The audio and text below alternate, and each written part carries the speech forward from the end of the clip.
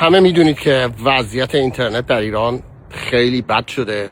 حکومت در چند لایه در حال سانسور هست. برای همین تا قبل از اینکه خیلی دیر نشده این ویدیو رو دارم ضبط میکنم راجع به یک نرم افزاری که حتی اگر اینترنت رو کامل هم قطع بکنن از طریق رسیور ماهواره میتونید به اینترنت وصل شید. اول بگم چه کار باید بکنید. کار خیلی ساده است. باید یه ایمیل بزنید به begir@rostam.media.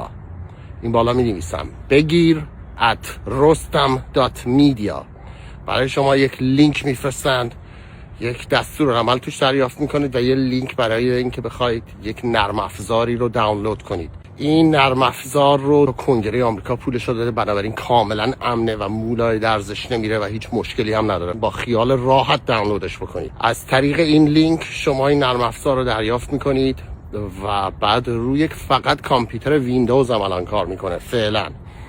وقتی این رو دانلود کردید با یه USB استیک، اونجا یه دستور عمل داره بهشون میگه که دقیقاً چجوری نرم افزار رو ازش استفاده کنید. یه USB استیک میخواید که به پشت ریسیورتون وصل میشه و میرید روی اون کانالی که رو ماهواره یاست نوشته توی اون لیست چنلاتون. من ماهواره یاست ندارم، ما تو آمریکا نداریم، بنابراین من نمیتونم استفاده کنم، ولی رو ماهواره یاست و اون کانالی که مال رستم میدیا هست بعد 4 ساعت رکوردینگ انجام بدید. بهتون انواع و اقسام فایل‌های مختلف رو میفرستن، روزانه هم آپلود میشه، هم خبر واسهتون میفرستن هم ویدیو واسهتون میفرستن. یه کانال دارن توی اینستاگرام، برید حتما چک کنید، این بالا مینویسم.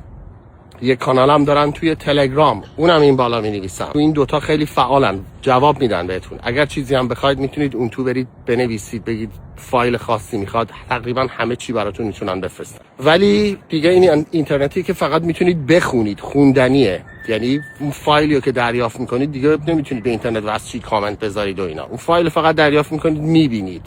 اینو اگه میتونید لطفاً شیر کنید، به خاطری که هرچه زودتر مردم ببینن و هرچه بیشتر بتونن از این نرم افزار استفاده کنن، حداقل اون موقعی که کاملا اینترنت در ایران قطعه، باز این نرم افزار یه کورسوی امیدی هست واسهشون که بتونن وصل شن، از طریق ماهواره بتونن وصل شن. ایمیل بزنید به begir@rostam.media.